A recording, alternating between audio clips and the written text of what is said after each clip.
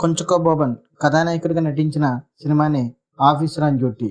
జీతు ఆసఫ్ దర్శకత్వం వహించిన ఈ మలయాళం సినిమాని ఫిబ్రవరి 20న థియేటర్లో విడుదల చేశారు.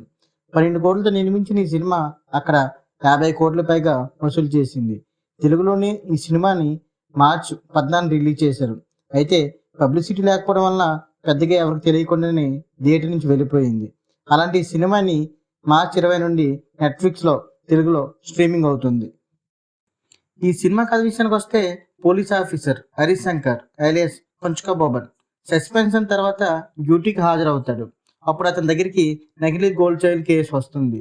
ప్రైవేట్ ట్రావెల్స్లో బస్ కండక్టర్గా పనిచేసే చంద్రమోహన్ కూతురికి సంబంధించిన గోల్డ్ చైన్ అది.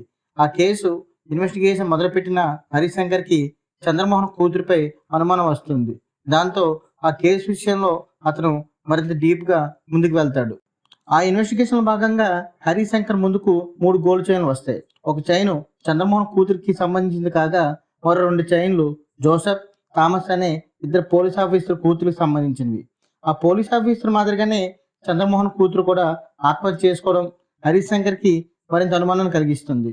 ఆ 3 ఆత్మహత్యల కారణమైన శ్యామ్ అనే యువకుడే తన కూతురుకు కూడా సూసైడ్ చేసుకోవడానికి కారణమని అతను భావిస్తాడు. ఆవేశంతో అతను చేసిన విచారణలో శ్యామ్ చనిపోతాడు. శ్యామ్ ఎవరు? అతనికి వరుస ఆత్మహత్యలకు ఉన్న లింక్ ఏంటి? ఆ ఆత్మహత్యలకి గోల్డ్ చైన్లకి గల సంబంధం ఏమిటి? శ్యామ్ చనిపోయిన తర్వాత ముగిసిపోతుందన్న సమస్య మరింత పెద్దదవుతుంది. అందుకు కారకులు ఎవరు? చివరికి ఈ సమస్యను హరీష్ శంకర్ ఎలా పరిష్కరిస్తారు అనే ఆసక్తికరమైన మలుపులతో ఈ కథ ముందుకు వెళ్తుంది. నటీనటుల పర్ఫార్మెన్స్. కొంచకో బోబన్ పలు డబ్బింగ్ సినిమాలతో తెలుగు వాళ్ళకు దగ్గరయ్యాడు. ఈ సినిమాలో ఓ తండ్రిగా, ఓ సీరియస్ పోలీస్ ఆఫీసర్గా చాలా బాగా నటించాడు. హీరో భార్య పాత్రలో ప్రియమణి అక్కడక్కడ కనిపించినా పర్వాలేదనిపించింది. డిఎస్పీ పాత్రలో వైశాఖ్ శంకర్ మెప్పించారు. నెగిటివ్ షేడ్స్లో నటించిన 5 యువ యాక్టర్స్ చాలా బాగా మెప్పిస్తారు.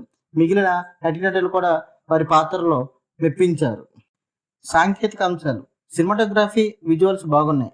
యాక్షన్ సీక్వెన్స్ కొత్తగా డిజైన్ చేసిన ఎక్కువసేపు సాగదీశారు. సినిమాకు బ్యాక్గ్రౌండ్ మ్యూజిక్ పెద్ద మైనస్. హెవీ సౌండ్తో అక్కర్లేని చోటు కూడా లౌడ్గా బీజిఎం ఇచ్చారు. కొన్ని చోట్ల సస్పెన్స్కి హర్రర్ బ్యాక్గ్రౌండ్ ఇచ్చారు. తెలుగు డబ్బింగ్ కొన్ని చోట్ల సెట్ అవ్వలేదు. కథనం మాత్రం కొత్తగా ఉన్నాయి. డైరెక్టర్ బాగా డీల్ చేశాడు.